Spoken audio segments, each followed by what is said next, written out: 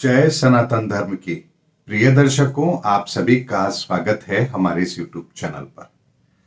दर्शकों, आज का वीडियो बनाने की जितनी खुशी मुझे हो रही है, मैं नहीं जानता कि और किसी को होगी या नहीं होगी, क्योंकि आज जो बात मैं आप लोगों के सामने रख रहा हूं वो बात ही कुछ ऐसी है।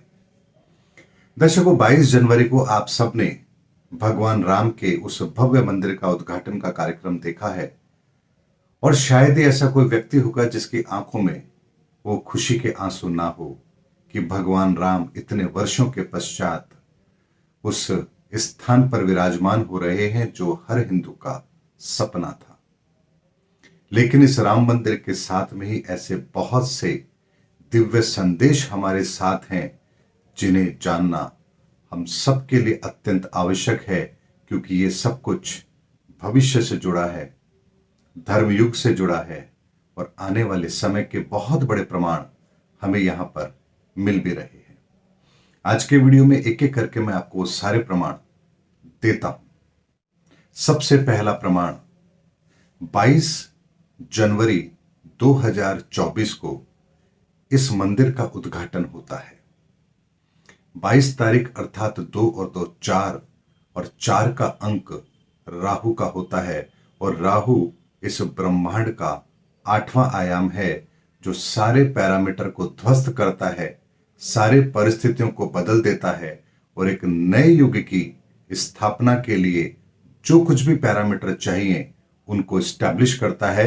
ये ब्रह्मांड के 8वें आयाम का सबसे बड़ा कार्य है, और ये कार्य ग्रहों की यदि हम बात करें तो राहु के पास है, और 4 अंक राहु को रिप्रेजेंट करता है।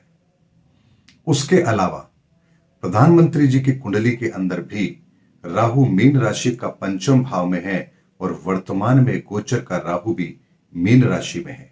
यानी इस समय पर युग परिवर्तन के जो भी कार्य हो रहे हैं उसमें कहीं ना कहीं राहु का बहुत बड़ा रोल है, और हर वो व्यक्ति जिसकी कुंडली के अंदर इस समय राहु की परिस्थितियां चल रही हैं वो इस बड़े कार्य के अंदर अपना सहयोग अवश्य दे रहा है। इसीलिए प्रधानमंत्री जी के द्वारा इस मंदिर के उद्घाटन का कनेक्शन नंबर 4 राहु के साथ भी अवश्य जुड़ता है, और उसके उद्घाटन की तारीख भी राहु से संबंधित है। दूसरा संकेत, राम मंदिर के निर्माण के अंदर जो पत्थर प्रयोग किया गया है वो हमारी मानव सभ्यता से भी पहले का बताया जाता है। अब आप इस बात का अंदाजा लगाइए कि वो पत्थर इस धरा पर कहां से मौजूद है। यानी कि सनातन की जब हम बात करते हैं तो सनातन का आरंभ इस सृष्टि के आरंभ से पहले का है, वहां से सनातन आरंभ होता है, और सनातन अर्थात सृष्टि के आरंभ से आरंभ होने वाली वो चीज जो आज भी व्याप्त है और अनंत काल तक व्याप्त रहेगी, इस सनातन का बहुत बड़ा गूढ़ रहस्य है। ऐसे में ऐसी शिला से भगवान राम की मूर्ति का निर्माण जो आदिकाल की है, जो सृष्टि के आरंभ की है, ये अपने आप में सनातन को इस धरती पर इस्टेब्लिश करने का एक बहुत बड़ा प्रमाण है जो हर किसी के समझ में नहीं आने वाला है। तीसरा प्रमाण, भगवान के उस मंदिर के अंदर बाल रूप के अंदर भगवान की स्थापना हुई है। यानी भगवान को वहां राजा राम के रूप में स्थापित नहीं किया गया है। और ऐसा क्यों हुआ है?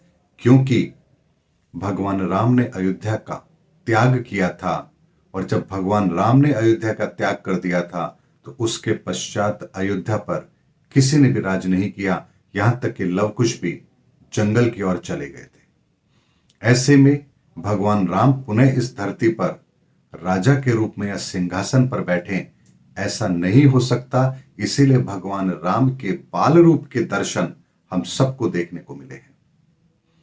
उसके अलावा एक और बात आपको बताता हूं, जिस स्थान पर भगवान राम की मूर्ति स्थापित की गई है बाल रूप में, वो स्थान है जहां सीता जी धरती के गर्भ में समा गई थी, धरती में समा गई थी। और माता सीता की यह हार्दिक इच्छा थी कि भगवान राम पुनः अयोध्या के अंदर अपना राज्य संभालें। लेकिन भगवान राम ने भी ये कहा कि जिसने सीता को स्वीकार नहीं किया उस राज्य में मैं राज नहीं कर सकता, और माता सीता के धरती में समाने के साथ ही भगवान भी वहां से चल दिए थे, और सरयू के अंदर भगवान लक्ष्मण के साथ में जल समाधि ले लेते हैं। यानी कि सीता जी ऐसा चाहती थी कि भगवान पुनः अपनी उसी मर्यादा पुरुषोत्तम के स्वरूप के अंदर इस धरती पर विद्यमान रहें, और उनकी यही इच्छा पूरी करने के लिए भगवान राम बाल रूप के अंदर अयोध्या के अंदर विराजमान हो रहे हैं। यानी सीता का मान भी रखा, और जो परित्याग उन्होंने सीता के कारण से किया था उसे भी उन्होंने उसी तरह से रखा है। यानी कि सीता की, माता सीता की इच्छा की भी यहां उन्होंने पालना की है।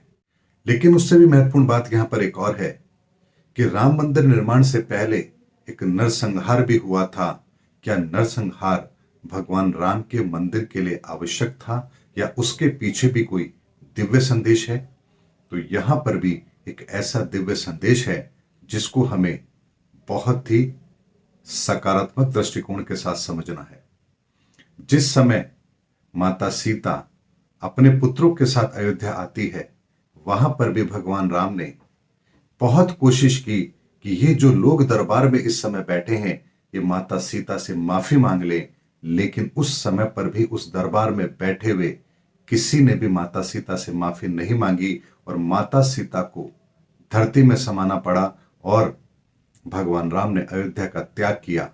ये उस समय उन लोगों की जो धर्म विमुख होकर के किया गया उनका कार्य था, उसी का पश्चाताप उनको इस समय पर भगवान राम के मंदिर निर्माण से पहले अपने प्राणों की आहुति देकर उस गलती का उन्होंने पश्चाताप किया है, ताकि उनकी भी मुक्ति हो और भगवान पुनः इस धरती पर बाल रूप में स्थापित हो। यानी यहां भी नरसंहार इस बात का प्रतीक है कि जो अपराध उस समय पर अयोध्या के उन लोगों से हुआ था, उन्होंने अपने प्राणों की आहुति देकर उस अपराध का पश्चाताप किया है। और भगवान के बाल रूप की मूर्ति इसलिए भी लगाई गई है क्योंकि भगवान राम का जन्म अयोध्या में नहीं कौशलपुर राज्य में हुआ था, जो उनका ननिहाल था।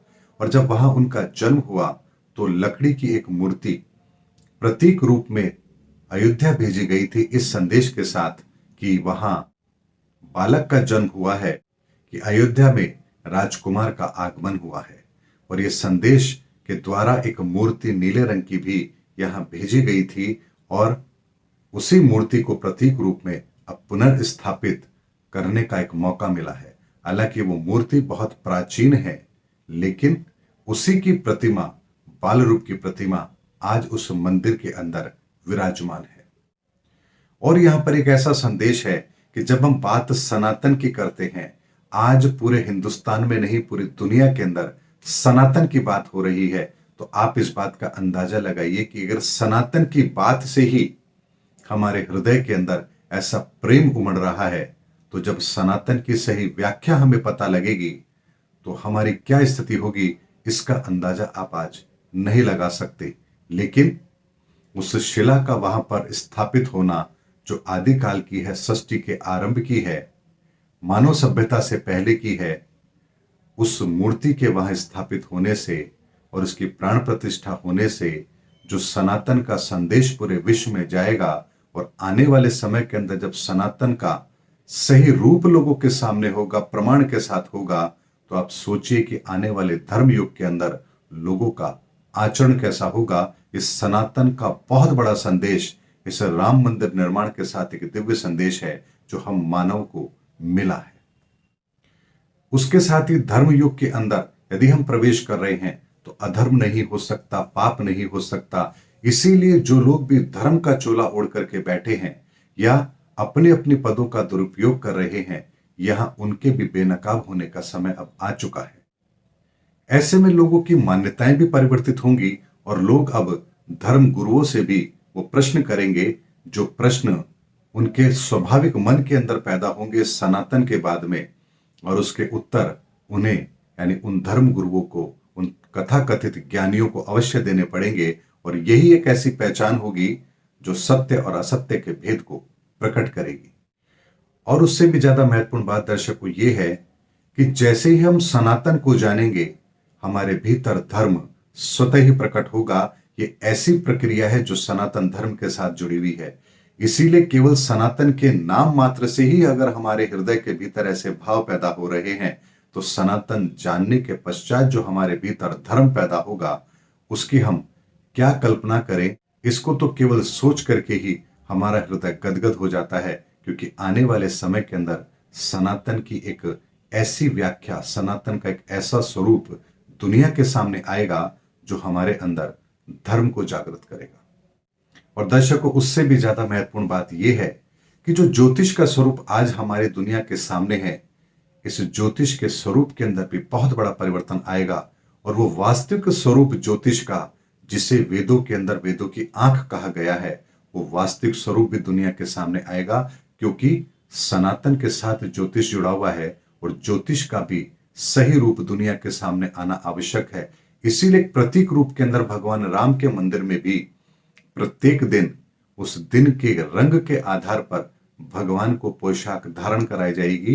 ये बहुत बड़ा संदेश सनातन के साथ ज्योतिष का जुड़ा हुआ है कि किस तरह से हमारे दैनिक आचरण के अंदर भी ये सनातन और ज्योतिष काम करता है। इसीलिए सातों दिन भगवान के, सोमवार को सफेद, बुधवार को हरा, इस तरह से प्रत्येक दिन के रंग के आधार पर भगवान को वहां पोशाक धारण कराई जाएगी। ये बहुत बड़ा संकेत हमें सनातन का वहां से मिलता है। इसीलिए भगवान राम के इस मंदिर के उद्घाटन के साथ ही सनातन का उदय हुआ है। और ऐसी विषम परिस्थितियां जब आने वाले समय के अंदर आने वाली है, तो ये जो आत्मबल हमारे अंदर जागृत हुआ है, ये इन आने वाली 2 साल की परिस्थितियों से मुकाबला करने की हमें ताकत देगा। और ऐसा भारत में हो रहा है, क्योंकि विश्व के अन्य देशों के अंदर तो लोग त्राहिमाम कर रहे हैं और हम धर्म के रास्ते पर चलते हुए सनातन की पताका को विश्व में फहरा रहे हैं। ऐसा हमारे साथ हो रहा है, क्योंकि भविष्य भारत के साथ है।